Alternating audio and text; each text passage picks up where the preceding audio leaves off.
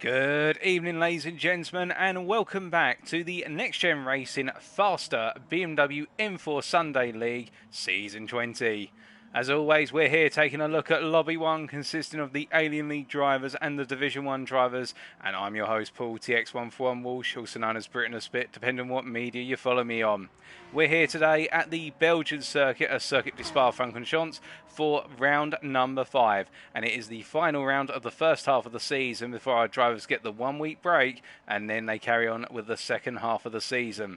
What this season consisting of 10 rounds, this break that's coming up is going to be an invaluable one for a good number of drivers, and it's a good time in this final round to make a statement, to get that momentum on side, so that way you're in the mind of the drivers around you going into the break, in the fact that you can carry that momentum into the second half of the season and you can build upon it from that point onwards. But of course, to get to that break, our drivers have got 2 races to go through tonight and 1 qualifying session that precedes both the races.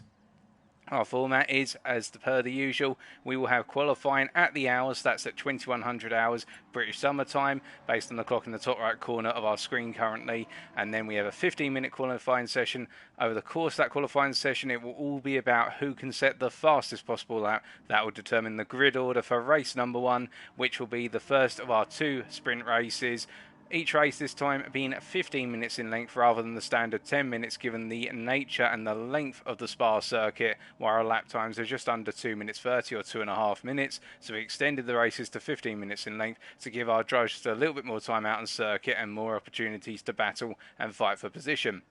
Race number 1 will be based on the qualifying order in terms of the grid order. It'll be based on the qualifying finishing positions, and then going into race number 2, it'll be the reverse grid of the finishing positions of race number 1. Now, of course, the big question will be how will drivers be able to do tonight, and who is going to be the ones to beat. Well, we're going to pan down to our order shortly and take you through the story so far after 4 rounds for each of our drivers who are currently here. We're expecting the rest of the field to turn up within the next 15 minutes. We also say hello to those of you tuning in via Twitch and any other media platform, and to those saying hello in the chat, we say hello back to Zeronic. And those of you who are tuning in right now but are perhaps a little bit shy and don't want to say hi in the chat, don't be afraid to. We're all friendly here, and come along and absolutely enjoy yourself, because we've got some cracking racing ahead. And we hope you're all having a very good weekend and you're looking forward to the week ahead. Without further ado then, let's get down to the track and let's introduce our drivers one by one. So we're going to begin then with, and we'll be doing this in terms of current championship standings, and we'll also be breaking our drivers down in terms of whether they're Alien League or Division 1. But in terms of the overall standings, our lead driver at the moment is this man right here, the British driver of Sparks Theory, who has proven to be the dominant force over the course of the first 4 rounds within the Alien League and overall. Currently sat on 137 points. Last time out at Monza, Sparks dominated in both of the races, had a very strong qualifying session, which then translated into a phenomenal string of results, picking up the maximum points for in the end of 44 points, putting him on 137 points and a good distance from the rest of the field, as Sparks is already going purple in the final pre-practice session before we get underway with qualifying in 15 minutes time. Really, it's been the big question throughout who has been able to take the candle to Sparks and essentially make the Sparks fly. And, well, Sparks has been flying in his own regard, and we're just waiting to see whether anybody is able to make their own Sparks fly and take him down.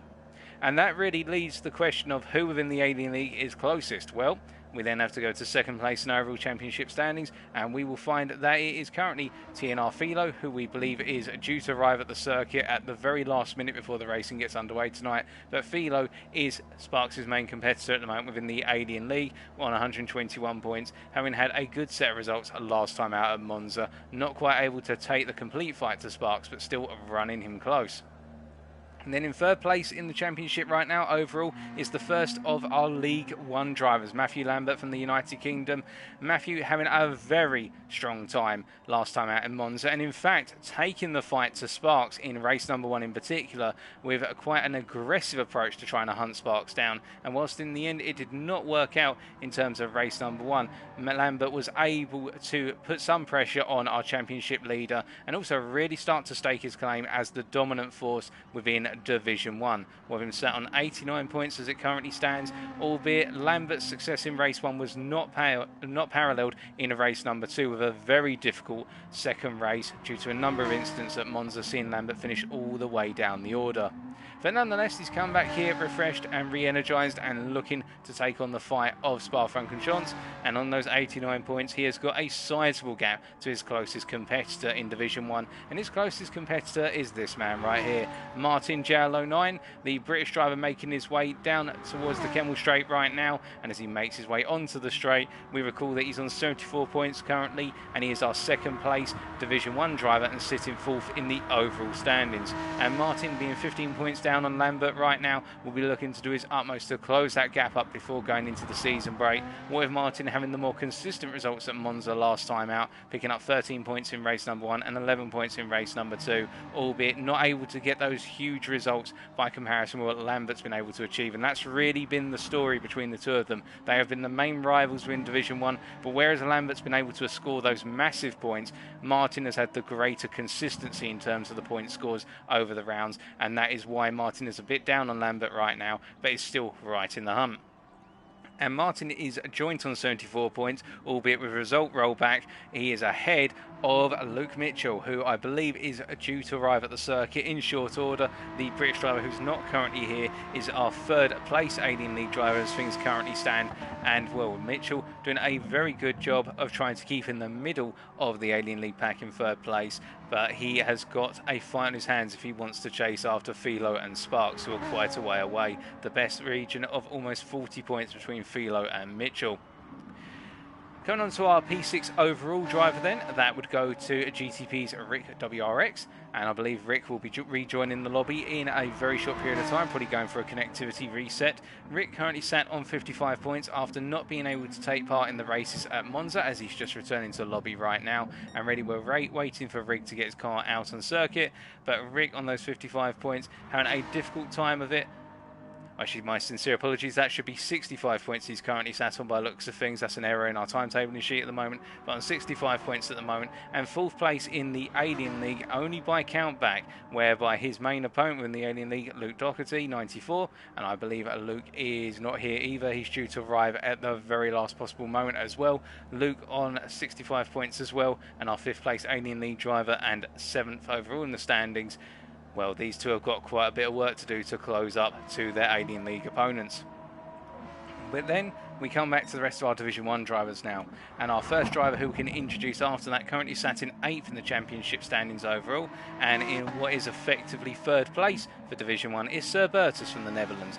The Dutch driver having had a reasonable string of form and really starting to come alive over the last couple of rounds, where Monza wasn't the best of evenings for Sir Bertus, but he was able to stay in there and get some good points on the board nonetheless, and sat on 52 points right now. He'll be looking to improve that form even further tonight at Spa. Indeed, Bertus has got quite a gap to Martin, a gap of 22 points, but he does have a 7-point window ahead of Describer, the British driver here, making his way up the hill right now towards Radion. The British driver having had a better set of luck and indeed a set of results at Monza compared to how he has fared recently. What are the fact he's able to accrue 14 points in total and is now on 45 points, 9th overall in the championship and 4th place right now in Division 1. However, he is being chased down rather ferociously by Edge, the British driver here, making his way... Oh, sorry, that's the wrong driver there. I believe the time screens have just been updated. Edge right now currently sat on what is... And I believe we do have some errors with regards to our point standings right now, because the Sky was stated to be on 45 points, but Edge is on 49. Well, anyway, Edge currently in 10th place in the championship standings. Well, the British driver really starting to get into the flow of things. Not able to take part in some of the earlier races, mind you, and missing out. But at Monza, Edge performed very well and picked up a good points haul, putting him into 10th place in our overall championship standings and in what is effectively 5th place in the Division 1 standings. And we're looking forward to seeing what Edge is able to do tonight. He is being pursued, however, 5 points behind him by Dcast 16, and Dcast, I believe, we're still waiting to arrive at circuit. Dcast, well, actually, no, he is here, Dcast, my apologies. he has arrived at the circuit. The British driver currently sat on 44 points, and Monza was a reasonable evening for D-Cast, while the fact he was able to match the results of a good number of his peers overall, and he's currently 6th in Division 1 and 11th in the overall championship on 44 points. We've then got to move over to our host for tonight, and that is Gino Demmer, the British driver here, making his way up towards Rally On right now, hosting the lobby. And Gino only on 35 points, having had a very difficult time in the opening 4 rounds, and a good amount of bad luck as well to his name, but he'll be looking to rectify that tonight and try to put some points on the board to get him closer to D-Cast 16, who is 9 points clear of him right now. And Gino's had every opportunity, but it just seems as though whenever he's had a chance to do well, things have gone wrong. They've gone from good to bad to worse, and then he's had to try and find a way to salvage some sort of race result, and he's done that every so often, but tonight's the time where we hope to see Gino really step up and push it to the metal. Gino, of course, therefore being 7th in our overall standings for Division 1. Our 8th place driver is D10 Piper, and I believe it is D10 who will be arriving probably after qualifying or midway through qualifying. Will likely be using the old qualifying format of having it as an open 15-minute session rather than a dedicated 15-minute qualifying session. And then we are going to introduce a driver tonight who is new to Lobby 1 and that for Division 1, and that is Nath 1981. Now, of course, much like we introduced all of the preceding drivers by their actual names, we should introduce Nath by his actual name as well. And Nath, as we just take a look back through our sheet, Nathan Marseille from the United Kingdom recently joined as part of Division 1. What are the spaces being opened up with the disappearance of Reset to Track and also Neutro Storm due to personal circumstances going into round number 4, and Nath is picking up one of the available slots and currently sat on an equivalent of 30 points in the Division 1 Championship, and therefore the last of our drivers over in both the overall Championship and Division 1, and Nath will be looking to do his utmost today in that Red Bull liveried BMW M4, a rather fetching livery there, embodying the colours of the Formula 1 car and indeed a number of the other disciplines that Red Bull sponsor and actively take a part in, and we're looking forward to seeing what Nath is able to do on his debut tonight, the number 29 driver. So that is pretty much the summary of where everybody currently stands. Of course, we do have some drivers who are yet to make their mark and arrive at the circuit, so we will try and get eyes on them before qualifying gets underway, or alternatively we will introduce them as needed. But whilst we take a further look around the circuit and try to look at all our different drivers, as we see Luke Doherty has arrived, and actually it's a good time for us to introduce the Dutchman of Rick, IGTP's Rick, who has arrived at the circuit and is making his way up towards the bus stop chicane right now, just making his way through Blanchimont and then up towards bus stop. And well, Rick, as we said earlier, our 3rd place Alien League driver as things currently stand, and having had, 4th place Alien League driver, what of the fact he missed out on Monza last time out, my apologies there. We're thinking of Luke Mitchell for 3rd place, and Rick will be looking to get as many points on the board he can today, what of the fact he has not had the overall attendance record of some of his peers. And as we look further around, we are waiting to see whether Luke Doherty is going to put his car in the paddock or whether he's just going to be sat idle whilst we are waiting. I believe Sparks is doing some donuts down at turn number 1, and we will probably take a look at some of those donuts, or while our cameraman tracks, I may grab some pictures of those shortly. So that is everybody introduced, and it is time for us to take a look around the circuit and really introduce our hosting track, which is of course Spa-Francorchamps. So where is a driver who we can ride with, who's making his way towards turn number 1? Well, Sparks is just happily parked up. And in fact, this time around, I believe we're going to try and find the driver who's coming out of Stavlo number 2 right now. And that is D-Cast, and we are going to ride on board with the British driver as he makes his way to the end of his current lap to give you a feel for what to expect at the circuit tonight. Now, Spa-Francorchamps, a circuit that you'll see on multiple real-life discipline calendars, whether it's Formula 1 or GT3, Endurance Series, you name it, it's there, LMP1s. It's a track which a lot of drivers do enjoy. I personally enjoy Spa very much so, and the reason being because it has a little bit of everything, and it's a very long track, as we see that Luke Mitchell has arrived out at the paddock. So Dcast here taking us out of the bus stop chicane then, the final two corners, 19 and 20. We're going down towards turn number 1, known as La Source, a hairpin corner here, and you're going to see that Dcast is going to be braking at about that 100 metre board, if not a little bit later, probably more towards 75 metres in actuality, and going through the corner in second gear there, getting a nice hairpin turn, watching out for Sparks, who's just come out of the pits, who backs off immediately, going through turn 2, which is essentially this little right hand kink that we're going through right now, which is where the old grid would be positioned, and now up towards Radion and Eau Rouge, going up the hill here, turns 3, 4 and 5 in quick succession, completely flat out and committed here is Dcast on those racing soft tyres, and we do have ×1 fuel consumption and ×1 tyre wear. Well, no, my apologies, it's only ×1 tyre wear, not fuel consumption. We'll have that tyre wear in place, and I'm making his way down towards what is turn 7, 8 and 9, known as Lake Om. Going down the Kimmel Straight, braking into turn 7, heavy braking here, riding onto the apex curve of turn 7 before switching back to the left hand side for turn number 8, and now flexing the car over once again to left to right for turn number 9 before charging down the hill now to Brussels, also known as turn 10 here. And as he makes his way down into turn 10, you're going to see he has to be very, very gradual on building up the throttle through this corner because it is downhill and therefore the car can understeer away. Before going up into Ix at turn 11 here, the corner was only recently named in the last couple of years, and now it's the long charge down towards turn 12, Puhon as it's also known, and turn 12 being one of those blind faith corners, you've got to just simply plant the car in and believe that you've nailed your braking point, and we can see that Dcast has done indeed, using the full width of the circuit there and now powering down towards turns 13 and 14.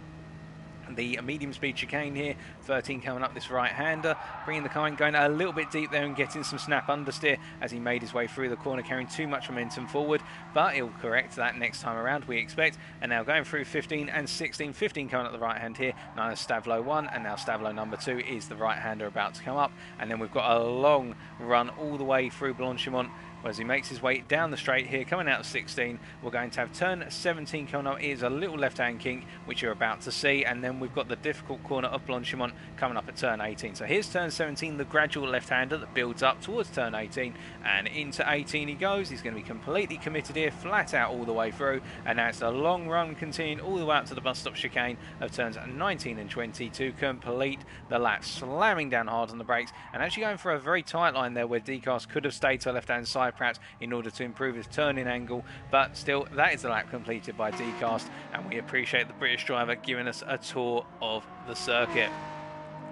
So that is a lap of Spa, and now we are waiting. And just to confirm, so with regards to qualifying tonight, we will not be having a dedicated qualifying session. Instead, what will happen is at 9 o'clock, we will effectively get a message from our race organiser, which is Gino Demmer, who will be stating to all of our drivers that the 15-minute qualifying window has begun, at which point all of our drivers will be given 15 minutes, and at 15 minutes past the hour, another message will be put out to say that qualifying is complete, finish the current lap you're on, and then park the car up, and then we'll be setting the grid based on that. So it's a little bit of a different format this time around, but that is the way qualifying is going to be run, and we look forward to seeing what kicks off as a result of it. Now, whilst we are waiting, we've got a couple more minutes to go, well, less than a minute in fact actually. Here's Luke Doherty making his way through turn number 10 as we currently speak. The British driver, of course, currently in that battle with the Alien League and having had to essentially make up for lost time in terms of results as we get the time of day change. We've had a change to rain, and I think it's going to change back to dry weather. I think this is just a little teaser from Gino to wind drivers up a little bit.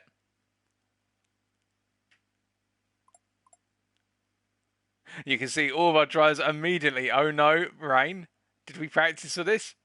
But I think Gino has just done this to wind our drivers up a little bit, and then we'll be turning it back to a more pleasant time of day shortly.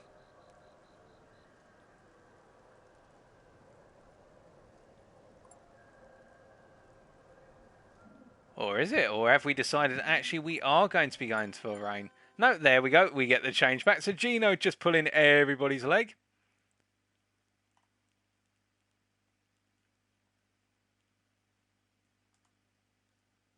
And whilst we're waiting for the time of day to reset,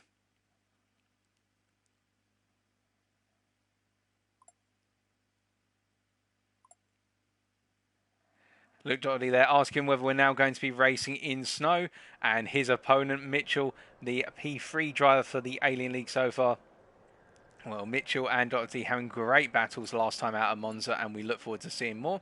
But here we go then, ladies and gentlemen. The qualifying is underway. We have 15 minutes. The timer in the bottom left-hand corner of your screen is a way of keeping track of that 15-minute window. And now let's see who is going to be on pole by the end of it.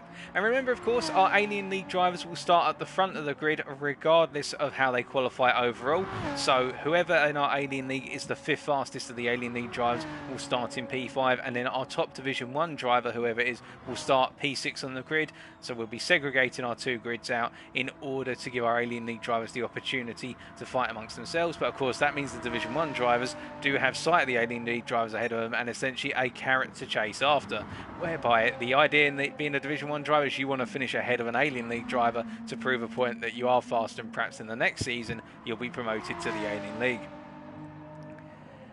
So without further ado then, as all of our drivers make their way round, what is the big question really in qualifying? Well, the thing that a number of drivers will have to consider here is, do they invest in taking on the toe of another driver? I.e., do they sit behind the driver in that window of 3/4 of a second to try and pick up the distant toe, particularly with the good number of straights and high-speed flat-out corners that Spa offers to our BMW M4s? Personally, I think you are going to see a number of drivers attempt to salvage a toe off of someone. Pardon me, but at the same time, I think some drivers will feel that for their opening lap, i.e. their banker lap, they'll probably want to do the lap without any toe, just to put in the best possible lap they can, as Doherty goes wide there out of the run through turn number 12, almost completely spinning it, but running onto the escape road immediately, the runoff area, and then recollecting the car. Nicely done by Doherty there. You can go onto the AstroTurf and send the car absolutely flying, but our veteran driver making sure to take the right way to get it back under control. But as I was saying, normally what we'll typically see is that our drivers will go for banker laps in order to get one on the board based on their own pure pace, and then they might try and sneak in a little bit of slipstream off of a fellow driver as they go on to their next flying lap or a later flying lap. But with us having 15 minutes, we are expecting our drivers to get in at least 3 to 4 flying laps and might have 1 or 2 cool down laps in there as well. Without further ado, it will be Matthew Lambert, who is currently lifted off a little bit, and I think he has decided to try and tuck in behind Sparks here to pick up a little bit of a distant toe. So Lambert being a bit cheeky, and Sparks in return being cheeky as well. These two playing mind games with one another, and so we decide to hop on board with Matthew Lambert here as he takes us around for the opening flying lap. So coming down in towards La Source then, braking at about 65 metres, going a bit deep initially, but using that deep entry to get a much more powerful exit out of La Source, and now going through 2 and up towards Radion and Eau Rouge here, we are going to see that Lambert is staying right over to the right hand side and trying to straight line this run up the hill as much as possible. Of course, he'll have Sparks in his toe here, and as he makes his way up, he has to lift a little bit going into turn 4, and actually gets it very unstable and has to lift out of it immediately because of the fact he lost so much momentum, and Sparks was coming up in rapid succession. But we are going to therefore hop over to Sparks right now, who will continue our qualifying lap story as he makes his way up towards what is not La Source, Les Combes, up into a turn number 7, 8 and 9 he goes, and we're getting it very nicely planted through 7 and 8, and immediately switching the car to the left hand side for 9, and absolutely attacking turn 9. Now down into turn 10, and remember this downhill right hander here, it's a very unforgiving corner. If you brake too late for it, you're going to be punished by running wide, and we can see Lambert in the rear view mirror running a little bit wide there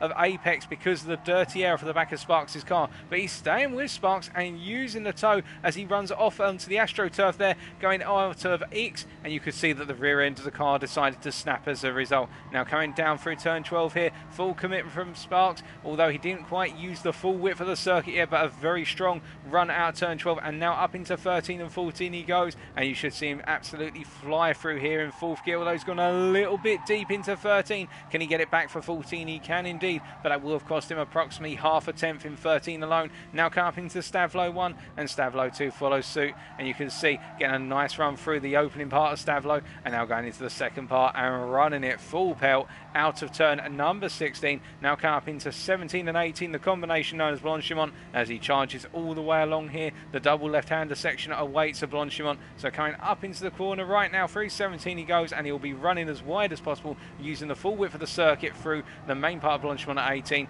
and now he's only got 1 chicane to go, 2 corners, and what will be our opening qualifying time from our lead driver in the championship right now, as he makes his way in. We can see Lambert going very deep and almost rear-ending Sparks, but getting the car under control at the last possible moment to stop it from happening. And the time will be from Sparks a 2:26.4, and Lambert with 2:28.7, which of course is not indicative of his overall qualifying lap. As Nath comes across the line, our newcomer on his debut, we're 27.9. Meanwhile, Sir Bertus, we can see, has set the Dutchman a 2:28.5.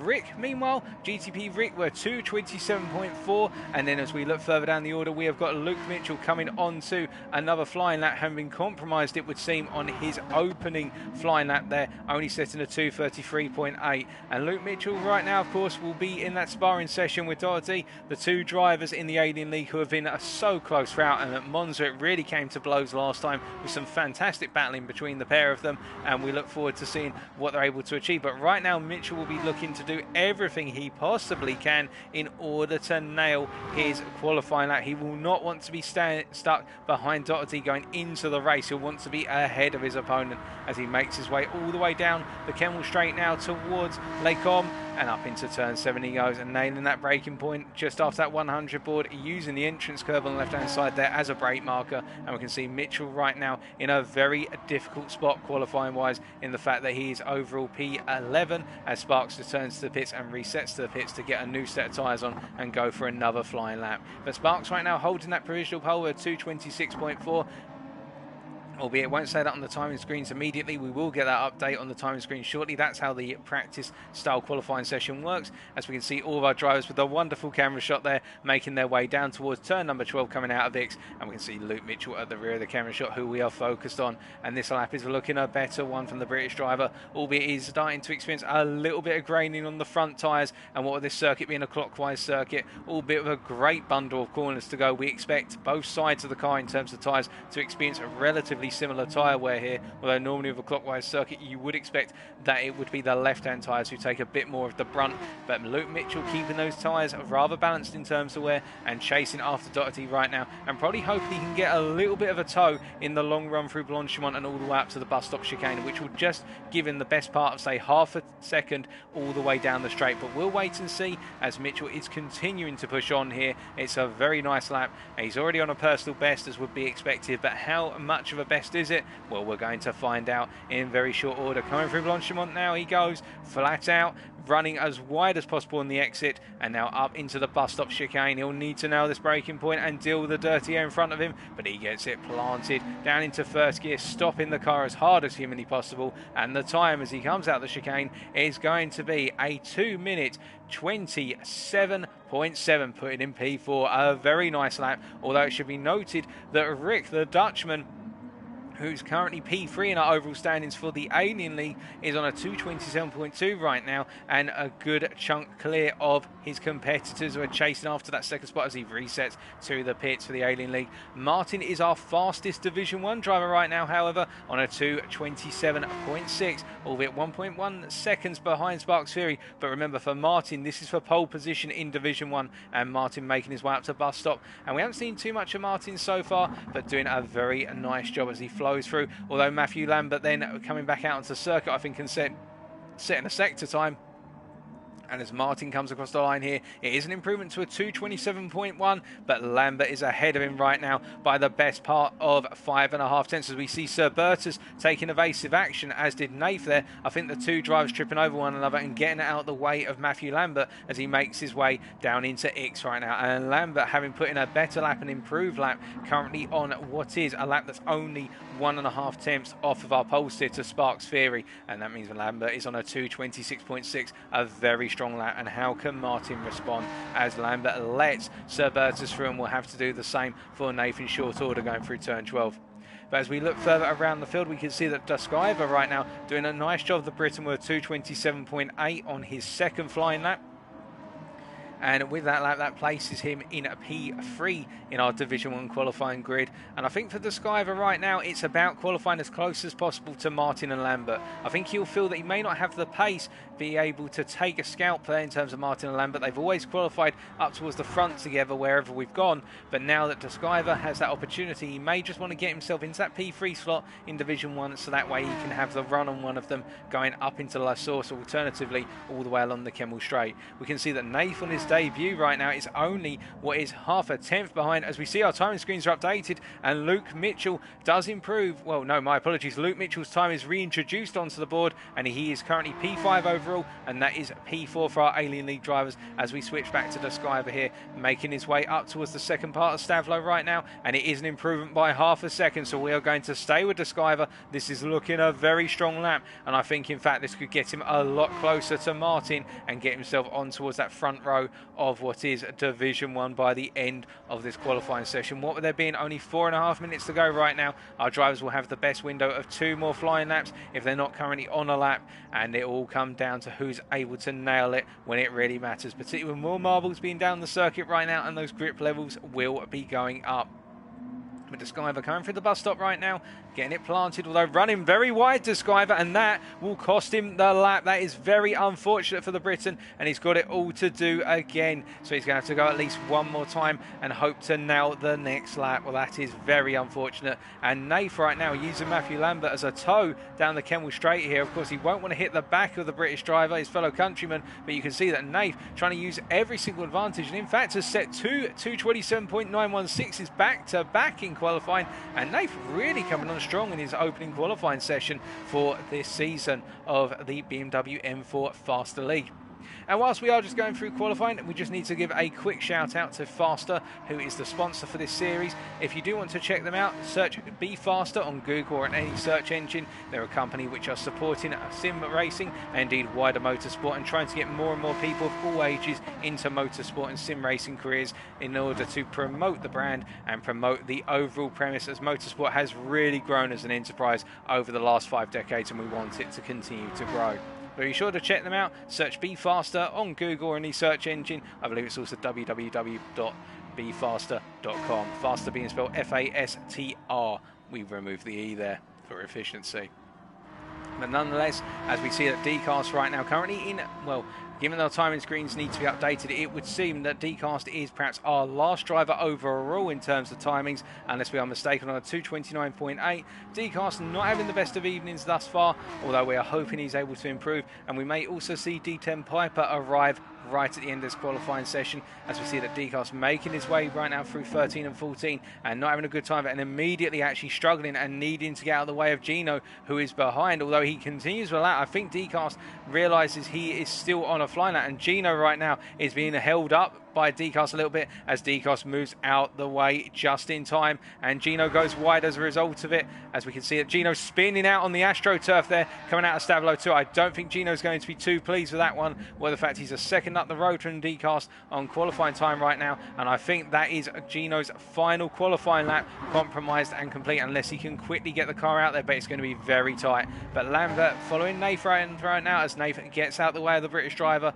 and let's take a look back down through that order, and we can see Edge coming on to his final qualifying lap right now, not improving from a 2:27.994 on that previous one. Currently P8 overall, I believe, although we do have some drivers currently sat around the pits, as we see that D10 Piper has arrived in the paddock, so Piper will not be setting a qualifying lap. There will not be enough time for the Division 1 driver. He'll be starting last overall going into race number 1, but as we focus on Edge right now, can he improve over his final flying lap?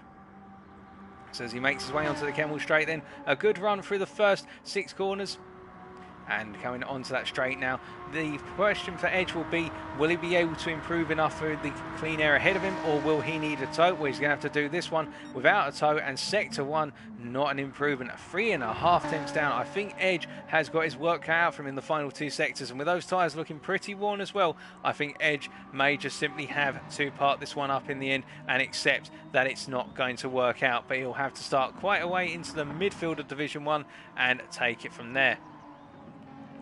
But we continue to follow Edge round as our drivers are starting to come towards the end of their lap, so they're getting set to do their final flying lap, and Edge is one of our drivers who will be coming home across the line and completing his final flying lap, although he does have some drivers ahead of him right now as we take a look around, and we see Lambert on a personal best, and in fact best overall in, well, in terms of time right now compared to Sparks Furious. Also, Lambert could be going for pole here, although Sparks has improved and raised the bar for that provisional pole to a 2:26.4, but then it would seem that Lambert has cost himself a lot of time in Sector 2. 4 attempts down. We saw he was purple, though, in Sector 1, and Sparks is purple in Sector 1 as well. So I think it will be Lambert who's going to be the first driver to cross that line in terms of qualifying, after we saw the heads up there from Gino to say that qualifying is now going to finish, well, the fact that we're coming up to that 15-minute timing mark. But as Lambert comes up towards the final corner, he will be the first driver to complete his final flying lap. And what will this be from Lambert? Will it be an improvement from his current 2:26.6, or is it a bridge too far for him to potentially beat Sparks? As he comes across the line, then it is going to be a 2:26.619, so it's a slight improvement, but not enough. And we see in the rear view camera shot there, we have got, I believe that is Sir Bertus coming across the line right now, and Bertus does not improve from a 2:28.5. Meanwhile, behind them, we can see that it's now Edge who's coming across the line here. And does Edge improve in his final qualifying lap? No, he does not. And as all of our drivers come up towards turn 1 and complete their final laps, we see that Sparks is coming through a little bit later on, as we note that GTP Rick is following Dcast across the line. And does Dcast improve? Dcast does not improve, but Rick does. He improves to a 2:27.2, which doesn't change his position, but does give him a little bit more leverage over the drivers who are trying to chase after his lap time. As we see, Descriver comes across the line and does not improve, and Martin meanwhile on a 2:26.8. so Martin does improve, but he's not able to pip Matthew Lambert there to the front row of Division 1, as all of our drivers are continuing to come across the line here, and we're just trying to figure out who exactly is about to come across that line. We missed the driver who's coming across there, but we do see that Luke Mitchell is parked up at turn 13, so he'll be doing no more qualifying laps. Instead, he's decided to park that car up, and that's just Luke Doherty, who has got a penalty. So I do think it is the case that with these drivers right now, that is it in terms of qualifying. So as a result of that, folks, although Luke Doherty there improving, but he's had to burn that penalty, so this lap will be abandoned. What that means is pole position for the overall standings, indeed for the Alien League drivers, goes to Sparks Fury with a 2:26.4. Meanwhile, second overall, but who will be taking pole position for our Division 1 drivers, if he keeps that car out of the barrier and keeps it in tip-top shape, will be Matthew Lambert with a 2:26.6. pipping Martin, his main competitor in Division 1, to the front row of Division 1 by a window of 2.5 tenths. And Martin with a very strong lap there at 2:26.8. Our next driver overall, I believe, in terms of the Alien League guys, because we do have Gino in the pits, so he'll have to be factored in somewhere, is GTP's Rick, who with the 2:27.1 will put him alongside Sparks on that front row of the Alien League grid. And it's then going to be Luke Mitchell who settles in behind those two for the Alien League. And after that, it will be, as everybody is doing some donuts right now, we can see everybody's getting very impatient. We can see that it is Descriver who will be lining up with that 2:27.8, the British driver. He'll be lining up behind Matthew Lambert and Martin for Division 1. And then it'll be Nathan, his debut, who has qualified 4th overall for our Division 1 drivers. And we're looking forward to seeing what he can do. Edge will be 5th in the Division 1 group. Sir Bertus 6th. And then it will be Dcast, I believe, who will be 7th in that grouping. And, well, I'm not sure where Gino fits in there, so Gino will be fitting into those slots, and D10 Piper will be at that back of that group.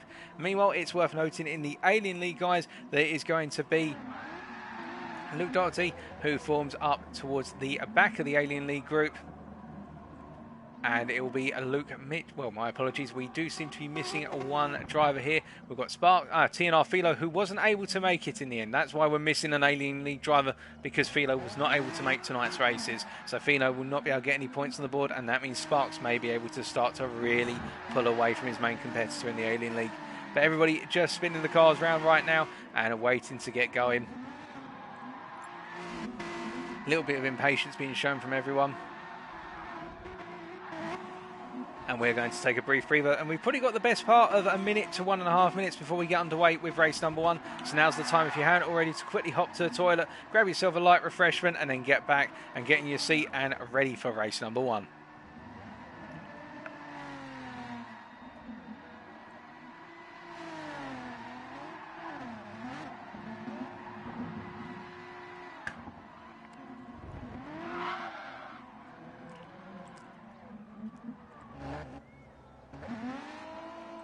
Everybody just waiting to get underway. We can see that somebody's taking out the brake board for La Source, and Edge just having a good old laugh, spinning down onto the straight there. Sir Bertus, well, we can't quite see. Well, there we go. There's Sir Bertus there with the Top Gear tribute to when they ran the BMW in the endurance race around Silverstone, with Larson's Biscuits and also Penistone Oils sponsoring the car. I'll let your dirty minds there fill in the gaps.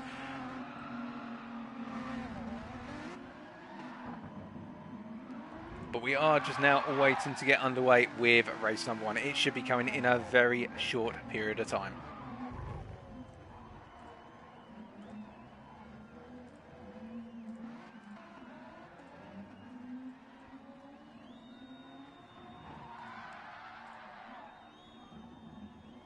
As we say hello to Rick, who has just posted in the Twitch chat, wishing everybody good luck, and we indeed wish you and all the drivers good luck as well, Rick. And a very nice qualifying lap there. And it'll give you an opportunity to take on Sparks into turn 1, that's for sure. And even in the run all well on the Kimmel Straight up into Les Combes. And we look forward to seeing what you're going to be able to achieve.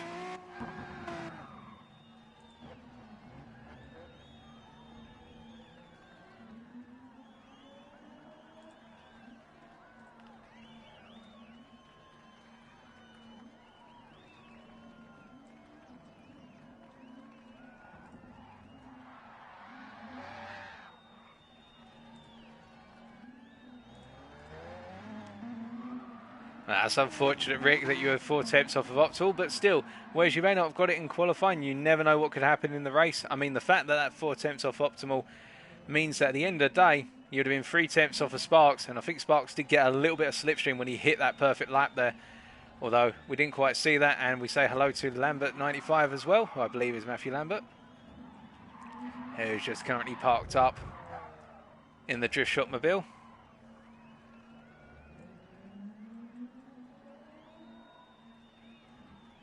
I think everybody right now just itching to get underway. I know if I was in their shoes and sat in those cockpits, I'd be absolutely screaming pretty much to say to Gino, come on, surely you can set the grid faster than this. We just want to get racing. But of course, Gino taking due care and attention to make sure everything is set as required. And of course, what will these races be in sprints? The big question will be all about that launch off the line down into La Source. And some drivers stating they've been struggling for grip over the course of the qualifying session, especially Doherty there, Doherty 94, saying that he loves the track, but not quite happy with how things are going in terms of the grip.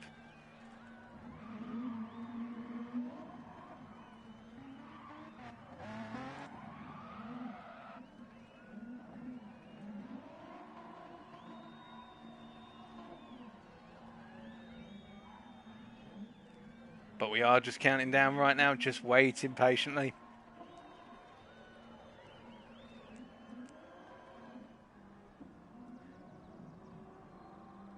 And if I had to make a prediction in terms of race number 1, I would say that while Sparks is going to be on pole, I'm not 100% sure whether he will be leading us all down into the down at the end of the Kimmel Straight into Les Combes. And the reason I say that is because Sparks will need to absolutely nail the exit of La Source. Because if anybody is within that slipstream window of 7.5 attempts, that means they are going to get the biggest possible slingshot opportunity up through Radion and Eau Rouge onto the Kimmel Straight. But here we go then, ladies and gentlemen. Our drivers are ready to go. Our grid has been set. Race number 1 is about to come at you.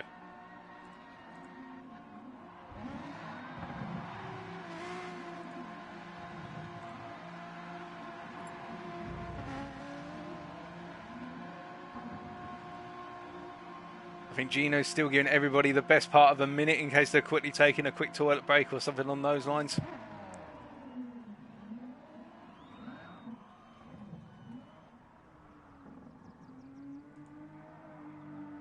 I think everyone's going to be absolutely kicking and screaming to go. I would be, as I say. I'm sure you all watching right now would be as well. As we see Rick making his way up towards turn number 10 for another time, just getting the lap in and making his way through Rick's here. And I think Rick right now, here we go then, ladies and gentlemen, the timer is counting down. Race number 1 is about to get underway. Who will win by the end of it?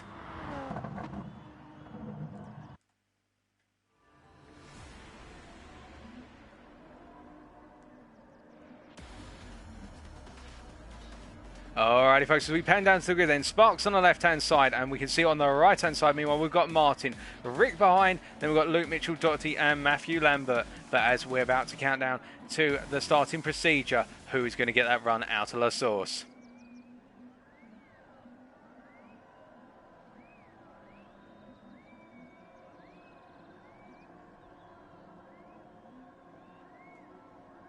And it's lights out and away we go, and Sparks getting a good start immediately, and Martin started to pull off the line relatively well, but as they all come up towards the source then we can see Mitchell making a move to the outside into turn one and trying to flow around the outside. Rick on the inside meanwhile, and going wide is Luke Mitchell as they all come charging out the cordon, and everybody getting it relatively clean so far, though Mitchell has to rejoin a little bit behind everyone, but it is GTP Rick who has got the slingshot out into the source and now up the hill, and he will be in an attacking position versus Sparks down the Kemmel straight here to up into Lecom as they make their way up the hill, and we can see all of our drivers getting through clean, although we have got a big battle kicking off for P9 right now, and Nathan in P8 at the rear of the main pack as we see that Sparks immediately going defensive into turn one, and Rick on the outside as a result of it. Behind Martin versus Doherty, Doherty going to the inside and going for a dive into Lecom, but not able to pull it off there as Martin holds on for the time being, and Lambert losing out to Martin at the start there, and now charging after Martin is the British driver as they all make their way down the hill towards turn 10,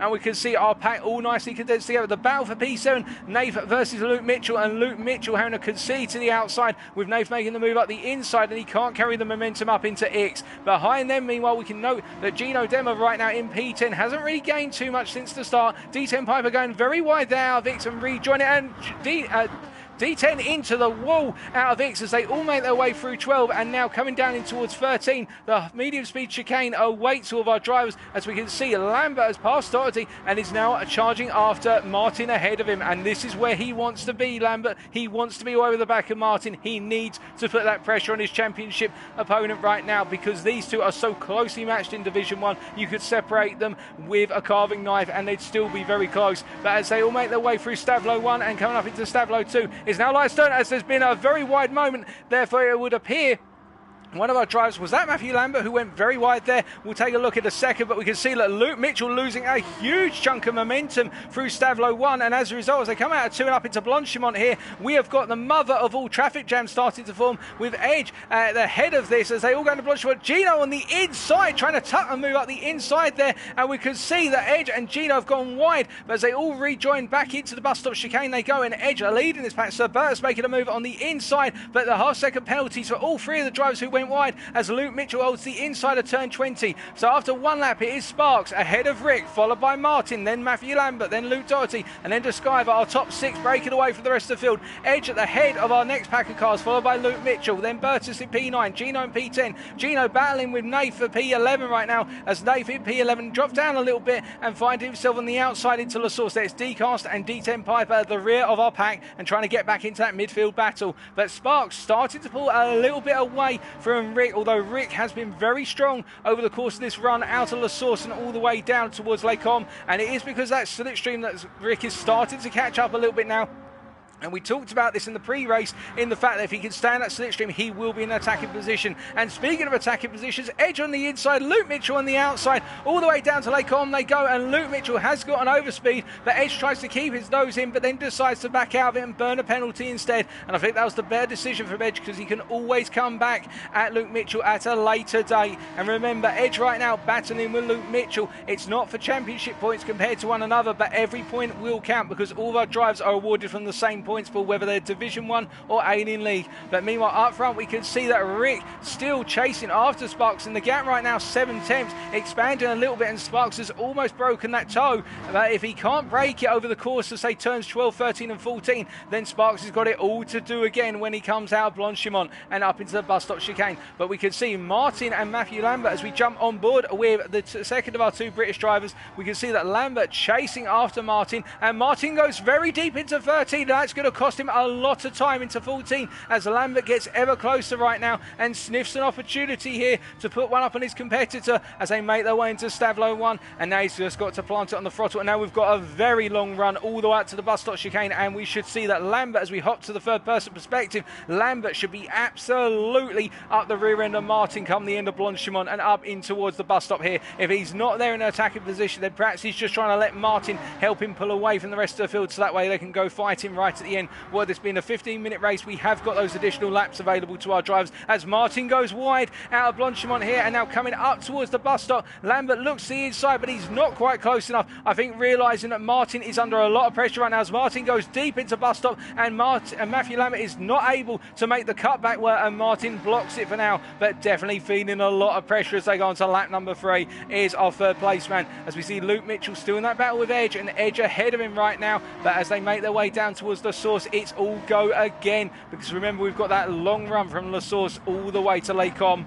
and it means whoever is behind the other driver, so long as they're in that slipstream, they are going to have the opportunity of a lifetime to slingshot past, as we see Nath going off there at La Source versus D10 Piper, and we suspect he will have to give up that position as a result. But Luke Doherty right now in P5 chasing after Martin, as we see that Aldor second, Matthew Lambert has gained the position. How did that happen?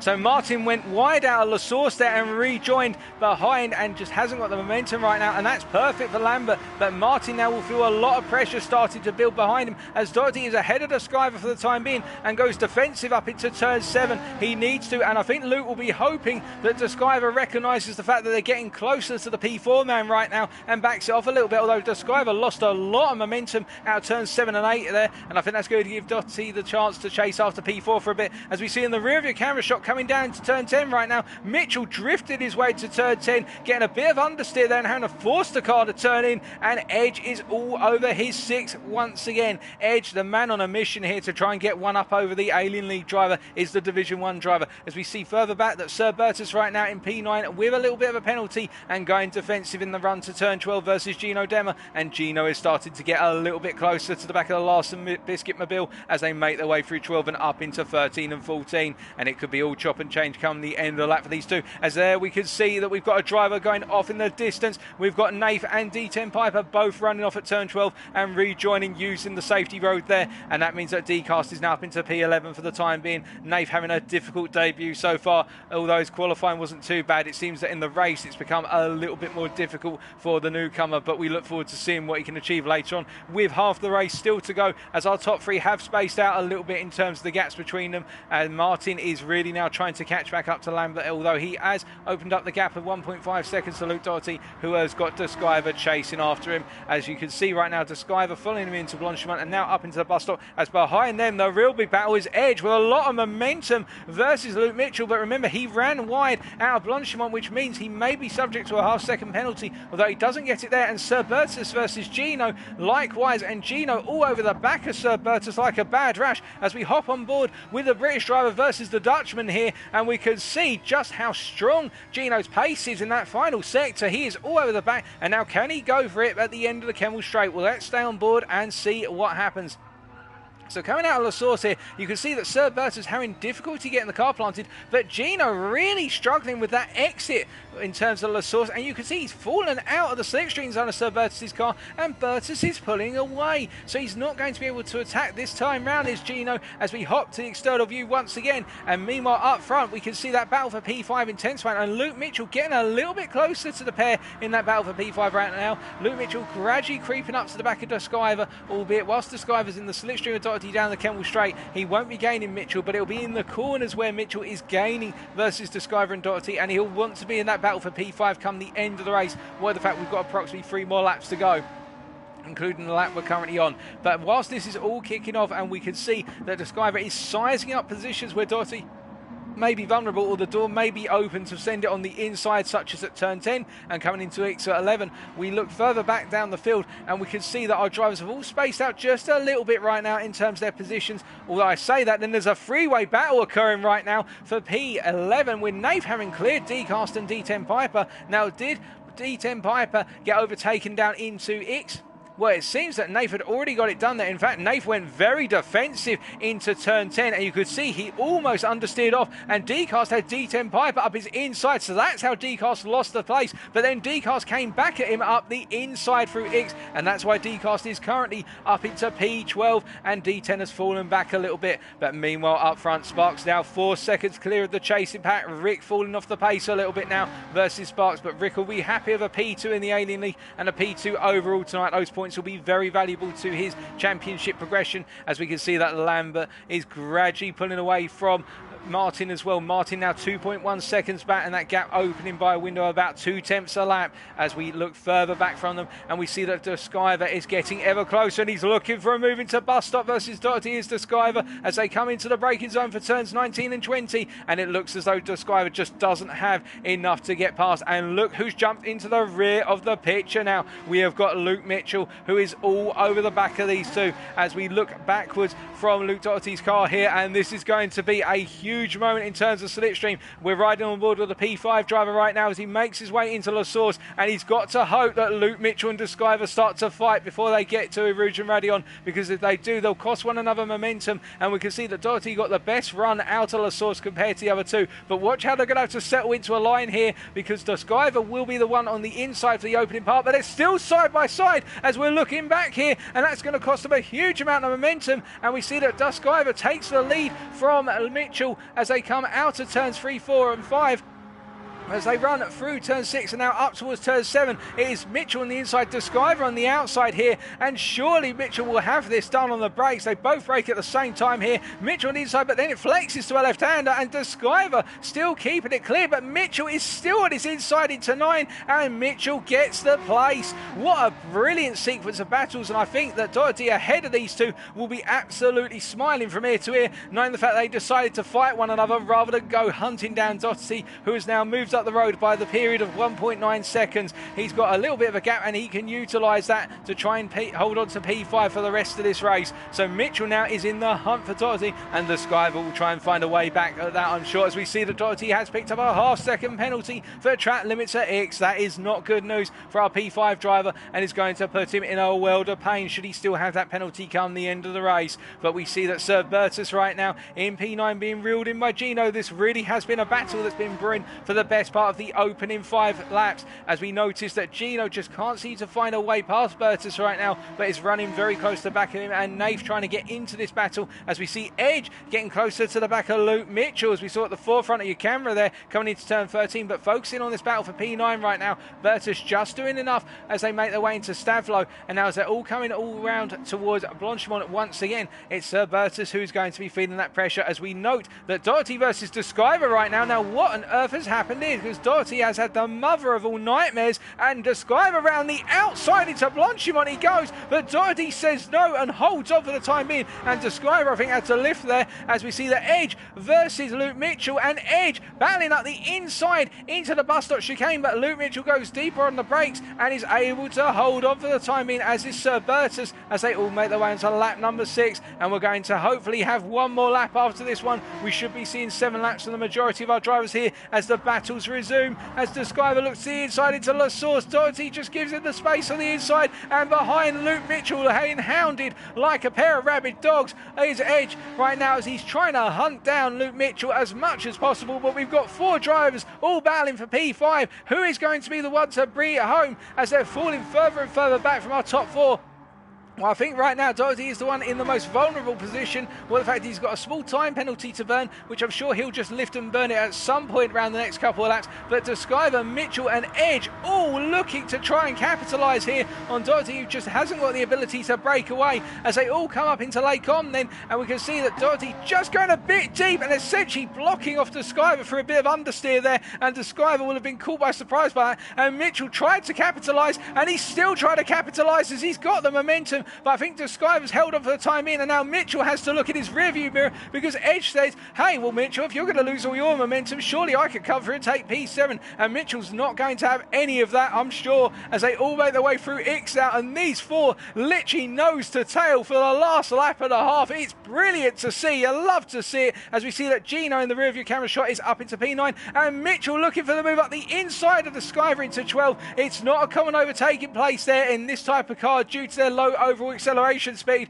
but it means as they all come out of 12 right now, there's no change, but Sir Bertus is now back up into P9. They've been chopping and changing, although Sir Bertus runs wide out of 12. Gino looks the inside into 13, and I think Gino has got it done as they flex into 14, or has he, as Bertus is still on the inside. They're still battling non-stop, and Bertus holds on for another pair of corners, and I think these guys are on their final lap right now as they go through Stavlo, and Gino's on the inside slightly of Bertus, but Bertus has just managed to get away with it. And meanwhile in this battle for P5, the Skyver and Mitchell once again coming to blows, and you can see they're going to be side by side into Blanchimont. Oh goodness me, Luke Mitchell versus the Skyver. I think Luke's going to hold on to it for the time being as the Skyver backs out of it. And as they come down into the bus stop, I think it's going to be one more time after this. You can see Doherty ghosting with the penalty and Descriver bumping into the back of Mitchell a little bit there. But as they all make their way through, it's all safe and sound as they go on to their final lap. And in that battle for P9, which is going to end now, I think Sir Bertus just got it done as they made their way across the bus stop chicane. And it's Sir Bertus who comes home in P9 ahead of Gino, followed by Nath. And then it will be D-Cast in P12 and D10 Piper coming home in 13th. But meanwhile, up front, as we flick back through, we can see Lambert is catching up to Rick. And what about this battle for P5? Well, this is ongoing still, and Descriver lost out in the source. We didn't catch that on camera, but we can see Doherty versus Mitchell. It's the old feud from Monza being resumed here. It's going to be man on man as they make their way down the Kemmel Straight. Doherty takes the inside immediately for turn 7. Mitchell on the outside. Descriver using the slipstream of Mitchell to pull him along, and Mitchell has got the move on the outside here, and I think he's got it done for the time being as they come into the braking zone. And well, now Edge has fallen a little bit back from these guys, and what I'm hearing meanwhile is that Rick is under huge pressure for P2 from Matthew Lambert. You can see as they're coming into X right now, Lambert trying to find all manner of way to cut back on Rick, and he's doing it in towards X. He's not able to get that momentum for the time being. Meanwhile, Mitchell in P5, he did clear Doherty as we saw, and he's holding on for the time being, so we're going to have to keep changing back and forth between these two folks. But we can see Lambert is all over the back of Rick like a bad rash, and Rick will not be able to get that rash off of his back with some Bonjela. He's going to have to defend for his life as he holds to the inside into turn 13, and Lambert has to try and find a way around, but Rick goes deep as a result of that deep line. And now as they make their way through 14, they're costing one another so much momentum as they're going up into a Stablo. You can see that Martin is getting ever closer to the back of this battle for P2. It could be a three-way battle going into the bus stop chicane here, and we'd love to see that, of course, but Rick wouldn't love to see that. He'd just like a peaceful P2 and bring it home. But meanwhile, as they're all making their way along Blanchimont right now, we can see coming out of Stavlo is Luke Mitchell, who has started to clear that battle for what is P6 now, with Doherty causing the traffic jam. But as they make their way up into Blanchimont, Lambert on the inside, Rick on the outside, and I think it's going to be Lambert who's got it done as coming out of the final corner to win race number 1 by a margin of 9 seconds or so is Sparks Theory. But we hop back to the action for P2, and Lambert has cleared Rick, although I think there might have been a little bit of contact through Blanchimont which sent Rick wide, but nonetheless Rick in the end is going to come home in P3, Lambert P2, Martin P4, and it will be Mitchell who brings home P5 just ahead of Doherty, Descriver and Edge. Those guys finishing their positions they started the lap on. They all bring it home from P5 to P8. Congratulations to all of our drivers, but to our race winner in particular, Sparks Fury from the United Kingdom.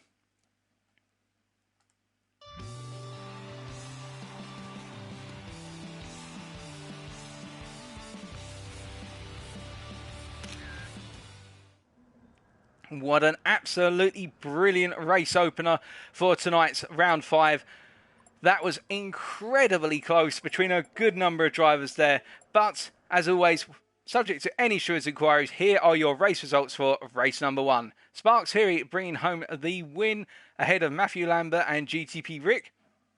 I think Rick might have a little bit of a discussion with Lambert following that one as to what happened between the pair of them into Blanchimont. But great battling all around, and Martin and Luke Mitchell rounding off our top 5 there. The fastest lap going to Sparks on lap number 4, a 2:26.230. I believe that is the fastest lap we have seen all evening so far, including the laps in qualifying.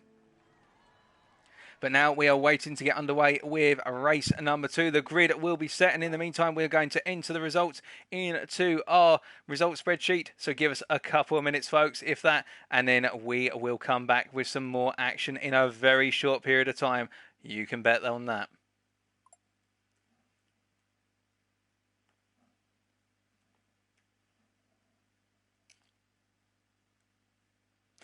And in the end, in fact, Luke Doherty missing out on P6 due to the time penalty he had, I believe. So finishing P7 in the end. So Descriver picking up that P6 right at the end there with Doherty's penalty.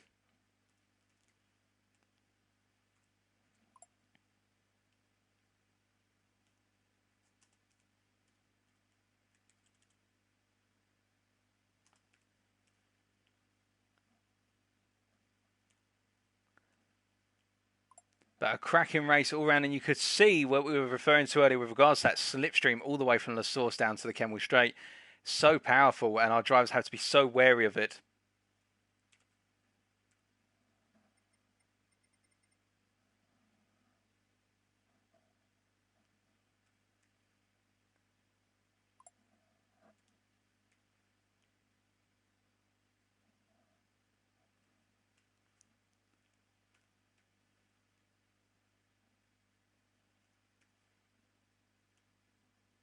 And Nath on his debut, picking up a P11 in race number 1. We look forward to seeing what he can do in race number 2.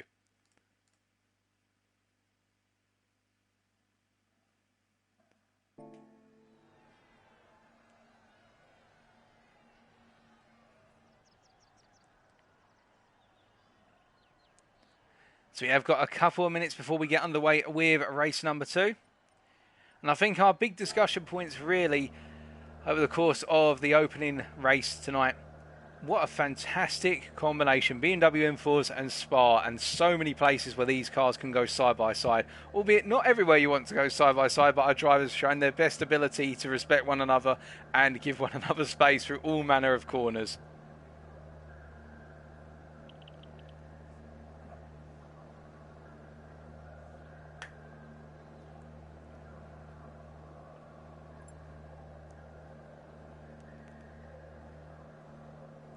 And Lambert and Rick, they're both coming together to agree on what happened.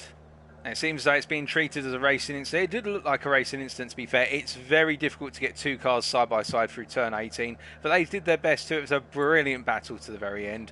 Although we are seeing from Luke Mitchell that he's not happy about fun being permitted in this lobby. Well, I hate to say, folks, we're having fun commentating this. I hope you're having fun watching it. And, well, let's just enjoy it.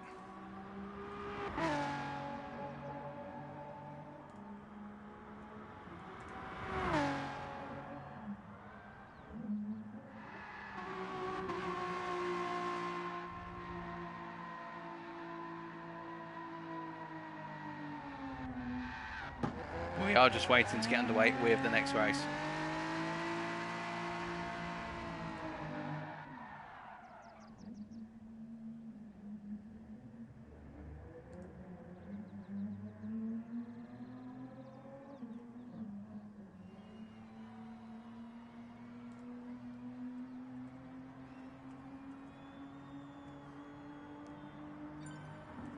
Alrighty, folks, here comes race number 2. It's coming right at you, and we are underway once again at Spa for the final race of this evening. Who will come out on top?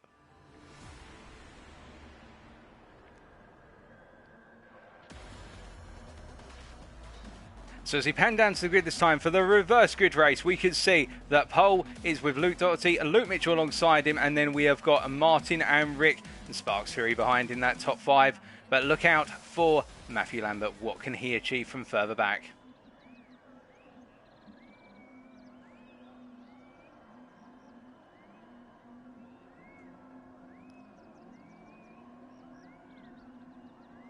And it's lights out and away we go for our drives. A very quick change of lights, and you can see Sparks immediately going on the offensive, getting in amongst our P3 and P4 drivers as Mitchell and Doherty immediately kick off, although Luke Mitchell goes to the outside to inside line there for La Source as all our drivers make their way through. Sparks goes a bit wide out of La Source, and that's going to cost him a little bit of momentum. But as we look back from Luke Doherty's car as he makes his way up the hill right now, we can see that all is good and clean so far. They're all charging up towards turns number 1, although I think we have got a little bit of a camera glitch right now. It's been fixed. My apologies, folks. I was getting a little bit paranoid there, and we can see that Doherty already under a lot of pressure from Mitchell as they come charging down towards turns number 7 into Lacombe it goes, and it's Mitchell on the inside, Doherty on the outside, and will Mitchell win on the brakes here? They go in, and on the brakes here it will be Sparks as well, who's coming up on the outside. Oh, he goes deep, does Sparks, as Mitchell has got ahead, but Sparks has got it wrong and has had to collect it on the curb at turn 8 and loses out a good number of positions as Martin is back up into P3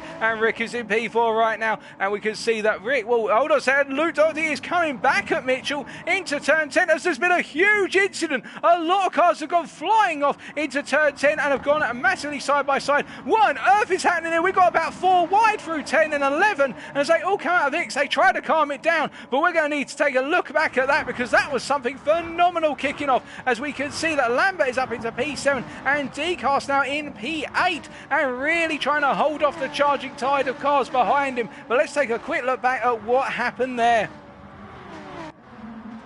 So you're going to see as they all make their way through turns 8 and then up into 9 that with Sparks having that little moment there, that causes a bit of a traffic jam to form. And is it the case that because that Decast gets up into P6 but then Sparks makes the move on the inside, and you can see Matthew Lambert literally had to take evasive action because everyone was braking so early and ended up rally crossing across the road there, and that's why it all kicked off the way it did. But as they're all making their way up towards Blodgett right now, Mitchell back in front, remember, and Doherty in P2, as we can see they're all making their way into turn 18, and it's going to be 2 wide behind Doherty as Rick looks to the inside, but he can't get along, so he lifts out, and Martin putting a huge amount of pressure on as D10 Piper in P5 right now, and a good race is Piper as they all come down to bus stop. It's Rick on the inside, Piper looks for a lunge up the inside into 19 and can't quite make it. Steve versus Rick as they all come across the timing line. He's knocked a little bit wide there by Martin, so they come across the line. It's a Luke Mitchell ahead of Luke Doherty, followed by Rick, then it is Martin, then it's D10 Piper, Sparks Fury in P6, Matthew Lambert P7,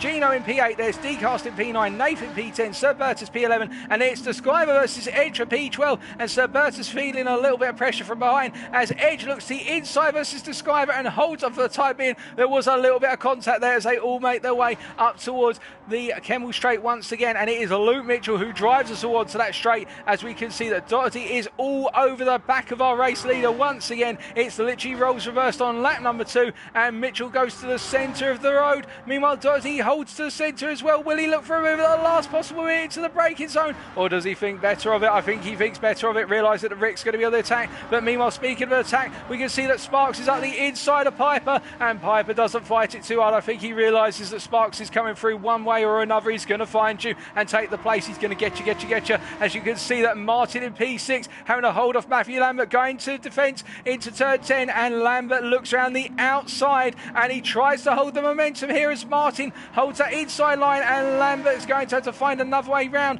although you could say that D10 Piper may give Lambert the opportunity because he hasn't got the best of runs out of it. Although Martin goes on the offensive down into turn 12, they're going to be side by side into the braking zone, and it will be Martin up the inside for 12, and D10 Piper now has a little bit of a momentum cost as they make their way in towards turn 13. They're coming down the hill towards the medium speed chicane, and Martin goes to fences versus Piper, and Lambert looks to the inside versus Piper as they come into 13, although Piper has got the inside now for 14, and Lambert backs out of it and tries to find the cut back, and it's not quite there, although Piper goes wide, and it's done. Matthew Lambert is up into P6 with Piper running a little bit wide, but good defence there from Piper, and we do love to see it from the British driver, as we note that Sir Bertus in P8 right now with Nath on his rear coming out of Stavlo 2, and they now make their way onto the Bonchimon straight, as we can see that Luke Mitchell is ahead of Doherty currently, but the two Lukes are battling, and Rick is into the mix now in P3. Rick is starting to size up our race leaders, I think, and trying to look for an opportunity to pick the two Lukes off one by one. as they all make their way up into a bus stop for the second time of asking. And you can see in the rearview camera shot, Sparks is not too far away either. And I think they're all conscious of the fact that the championship leader has cleared everybody else and is now hunting down the top three. We can see that top three off in the distance all running together as we're looking at Matthew Lambert's car right now. And well, it's going to be a case, I think, that the top three need to figure out how to work together just for a couple of laps to make Sparks work hard and take some life out of those racing soft tyres as they're all making their way out of the source right now. And we look further back and we can see that D-Cast is ahead of Describer, and Describer went for the move on the inside and Nath into turn one, and he's got it done for the time being. Gino very far back, I think, after a racing incident somewhere around the circuit. But meanwhile, Luke Mitchell, who we look back from right now, our race leader, who set a 2-minute 27.6 on the previous lap. Rick on a charger 2:26.9 on the previous lap, and it's Doherty going up the inside once again into turn 7. Oh goodness me, it's like it's on repeat as Doherty goes too deep. He misses his braking point and decides instead to just simply straight line across the corner. Well, that's going to be a little bit of an illegal move there, as Doherty will have to give that back, picking up a 2-second penalty for deciding to cut the entirety of Les Combes, but still he'll lift out and take that, and it is now restored. But Rick is into P2 because of Doherty's mistake under braking there, and now Sparks has got to find a way past Doherty and claim the first Luke from the two. He's got to do what Rick can do, as we see Doherty goes very deep out of X, and I think Sparks is along his side as they come down to turn 12, and Sparks has got it done. There's a little bit of contact between the two of them, as we see in the rearview camera shot, Matthew Lambert picking up a half a second penalty for track limits going out of X, and now as they make their way through 12, Martin gets back ahead. These two battling, of course, for the top of Division 1 right now, and Lambert will want to be ahead of Martin as much as possible, although Martin will be pleased with this. He's taken the fight to Lambert, something he wasn't able to quite do last time out of Monza, but Spa is more favourable for Martin versus Lambert as they all make their way down towards Stabilo, and D10 Piper in a peaceful P7 right now. Nothing too much happening around him as Luke Mitchell has got so much pressure on him in the lead. But as we look further around the field, let's not forget we've got a total of 13 drivers here, not just our top 6. We can see that it is spacing out a little bit in terms of our rear pack, with Describer in P12 trying to hunt down D-Cast right now and doing so at a gradual rate of knots. But meanwhile up front, as Doherty goes wide out of Blanchimont, Doherty really struggling for grip now later on in the race, and we can see that Sparks has got past Rick up into P2 as Sparks, and I think there that Rick had a little bit of a moment because Rick has dropped out considerably. Now what has happened as Rick, as he goes very sideways out of the bus stop chicane and is losing all sorts of time and positions, and we can see that in the rundown towards turn 1. Luke Mitchell ahead of Sparks, but then we have got 4 cars now in a battle for P3 with Luke Doherty at the head of this pack of 4, but then we've got Martin, Rick and Lambert all coming into this mix, and it's going to be 2 by 2, hurrah hurrah, like Noah's Ark as they make their way through turn 2 and now up towards Radion and Eau Rouge. And we can see that Martin at the head of this pack, he's managed to get ahead of Doherty, who's burnt a little bit of his penalty, and Rick side by side with Lambert up the hill there and making it work. Lambert giving him the space and lifting out, and that battle commences even further down to the Kemmel Straight. And speaking of battle, Sparks looking to the outside into Les Combes versus Luke Mitchell, and will he have it done round the outside, or will Mitchell go late on the brakes? Mitchell tries to go as late as possible versus Sparks, but Sparks holds it to turn 8. Luke Mitchell still on the inside into 9, however, and Sparks showing him great respect. The two drivers showing you can go side by side through Les Combes consistently, but Sparks has got it done, and now he's up into the lead. Will he be able to pull away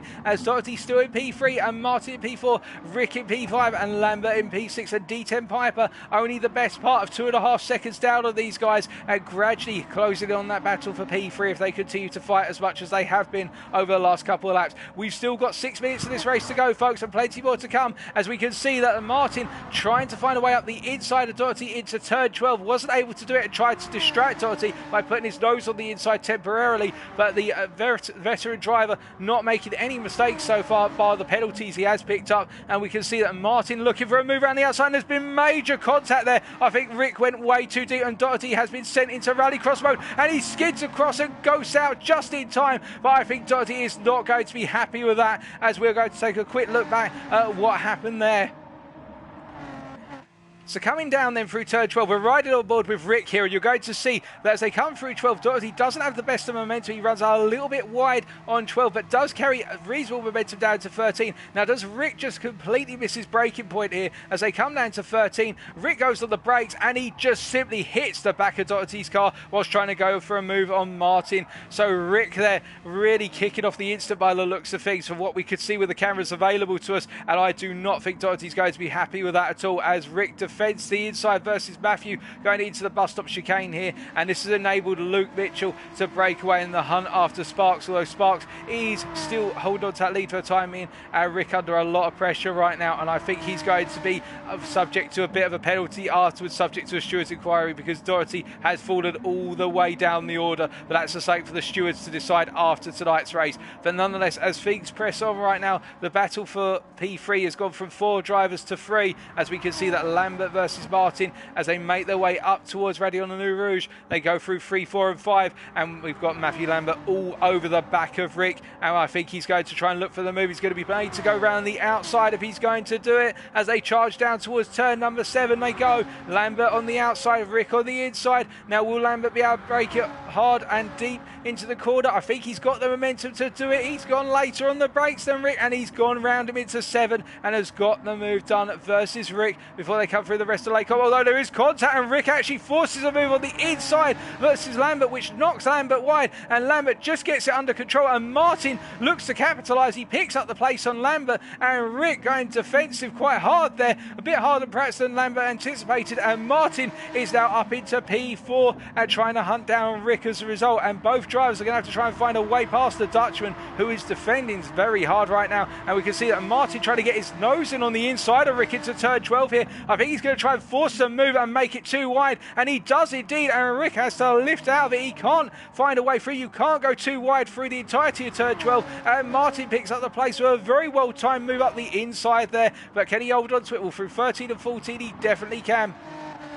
And meanwhile, up front, we can see that Sparks is now 1.4 seconds clear of Luke Mitchell as they make their way through Stavlo. And meanwhile, in that hunt for P3, Martin is starting to pull a little bit away from Rick. I think Rick is starting just to fall off a little bit. Although I say that through Stavlo, Rick was able to close up by the best part of 3 tenths alone. So I think Martin is going to be under a lot of pressure now as they make their way up towards Blanchimont for the 5th time of asking. Rick is going to be on the inside, Martin's going to be on the outside. And I think Martin here, unless he can hang it round, I think he's going to lift out of it, because surely there's plenty more time to go, although they're going to go side by side. Initially it is Rick in the end who holds on, and Matthew Lambert now finds himself hunting after Martin and looks to the inside for turn number 19. He's on the brakes hard into the bus stop, and we can see that Martin tries to find a way on Rick, and Lambert instead ends up in a position where he just can't get enough momentum and has to go wide out of turn 20 as Martin gets the car under control as well, and they continue fighting on to lap number 6 with 2.5 minutes to go. They may just be able to creep on to a 7th and final lap. And D10 Piper, of course, trying to catch up to this battle for P3. He is the best part of 1.8 seconds behind or so right now, as Sir Bertus also closing up gradually to D10 Piper, albeit that gap is 2 seconds, and it is bouncing around and closing by about a 10th a lap so far. Edge in P8, Nath in P9, and then we can see that Descriver in P10, Decast in P11, and Gino in P12, and Luke Doherty has retired the car. They're in the pits, so I think Doherty will not be taking part further in this race. I think the incident between himself and Rick has put irreparable damage to that car, and it will not be coming back out on circuit, which is unfortunate. But we press on with our remaining 12 drivers as they make their way around the circuit, and Mitchell now 2 seconds down on Sparks Theory. I do not think he's going to be able to close that up over the course of the remaining 2 laps, as we can see that Rick has started to pull a bit of a gap over Martin, and Rick opening up a lead for P3, remembering that he may likely have a time penalty hanging over him because of the incident between himself and Doherty earlier on in the race. But nonetheless, that's for after the race for the stewards to decide, and Martin and Matthew Lambert in the meantime will look to do everything they can to close up to Rick in rapid order as things press on all the same. Further back, D10 Piper right now not really closing up to Matthew Lambert, in fact dropping the gap down, and it is Bertus who's gradually closing up the gap to D10 Piper. He's closed up 2 tenths so far in this lap, but I think if Piper can keep it together over the remaining, what will be, I suspect, this lap, he may get one more lap, then I think he's going to be secure in P6, but we'll wait and find out, of course, with bated breath, as it does seem as though everyone's spaced out a little bit right now, although I say that Describer versus Nath is starting to build up in P9 as they make their way through 14 and head up towards Stavlo, and we can see that Nath just not able to get the best possible run out of 14 versus Discover. And as they go into Stavlo here, we note that Nath is closing up at a rapid rate of knots here. And now he's started to fall back a little. He just hasn't got that momentum coming out of the Stavlo compared to Discover. And that is where Discover is able to open that gap up just enough to keep himself safe. But as they make their way down towards the bus stop, we can see that Rick under pressure from Martin once again, but Martin just sizing up his opponent right now as our top 5 make their way out of bus stop and onto the final lap of their race. As for D10 Piper, is he going to have enough time to get in one more lap? Well, he's going to come across the line. I think Piper's going to have one more lap. And hold on a second, Sir Bertus is also going to get onto that lap, or is it a case it's over for Sir Bertus? Sir Bertus in P8 in the end with that penalty. So Edge in P7, Sir Bertus in P8. Discover in the end holds off Nath for P9, Nath in P10. It'll be Decast in P11 as he comes across the line here to pick up his position, and then it will be Gino in P12 making his way up towards Blanchimont, and Luke Doherty retired, of course. But meanwhile, up front, we focus back on our race for P3 right now. And we can see that Lambert has fallen back a little bit. I think he's expecting that Martin may go for a move on Rick multiple times in Lacombe and also coming up in towards X. And so he's just hanging back to wait for the sparks to fly as Martin looks to the inside, the tightest possible line being offered to Rick, to Martin there by Rick. Rick closing the door as much as he's allowed to. And we can see Rick holding on right now, but really fighting as hard as he possibly can for that P3. And Martin and Matthew Lambert now coming a bit closer together. And I think it will be the case that with regards to Martin and Lambert, they've effectively agreed not to fight one another until literally the last corner, because you can see that Lambert is giving Martin every possible opportunity to try and take Rick's position. If not, I think Lambert will go for the move on Martin right at the end of Sector 3 into bus stop, or at least that's the way it seems to be from my perspective, in the fact that Lambert is just not really going too offensively right now. And I think you might just be thinking about the wider points, picking up a good set of points in this race rather than trying to get every single point, although every single point does matter in the big stick of things, of course, in the big scheme of things, I should say, rather than big stick.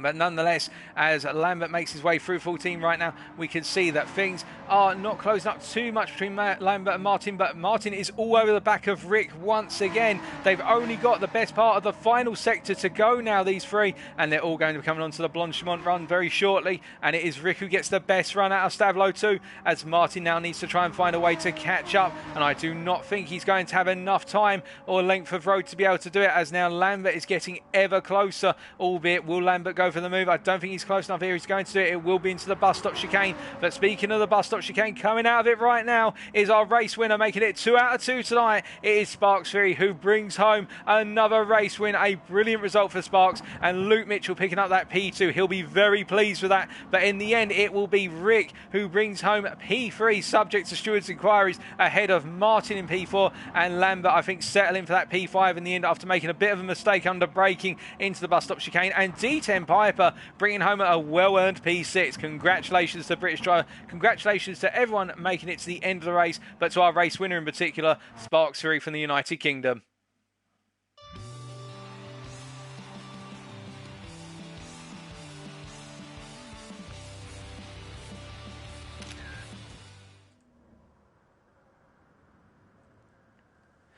Well, ladies and gentlemen, that was race number 2, and here are your final results, subject to any stewards' decisions and inquiries, of course. Sparks Fury bringing home the win there, making it 2 out of 2 tonight. 3.8 seconds clear of Luke Mitchell, and GTP's Rick WRX picking up the 3rd place there. Martin with 4th, and Matthew Lambert rounding off our top 5. Sparks Fury picking up the fastest lap as well on lap number 6, a 2:26.263. Practically the same lap that he did in race number 1 for fastest lap. So very consistent from Sparks all the way through there. But that is our races concluded. And I believe with that, unless our drivers are up for any post-race interviews, which we will double check.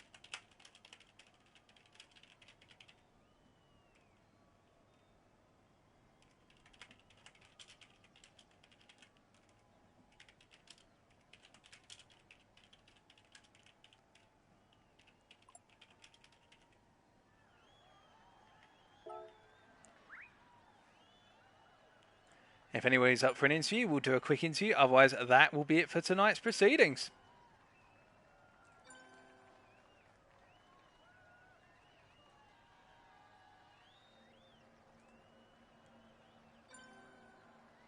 I think everybody will be probably heading off to get themselves some well-earned rest and relaxation going into the 1 week break.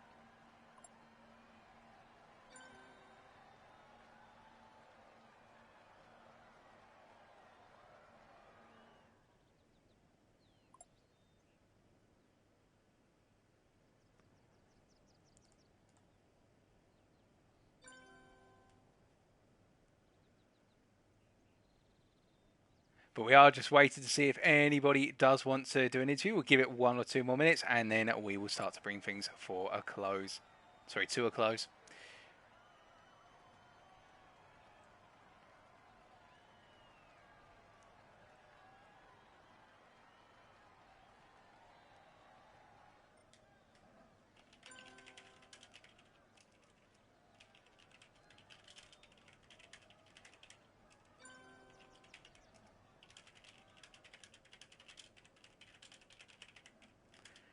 Alrighty then, ladies and gentlemen. Well, I don't think anybody was up for an interview in the end, but still, we say thank you to all of our drivers, of course, and thank you to Spa for hosting round number 5. Fantastic racing throughout.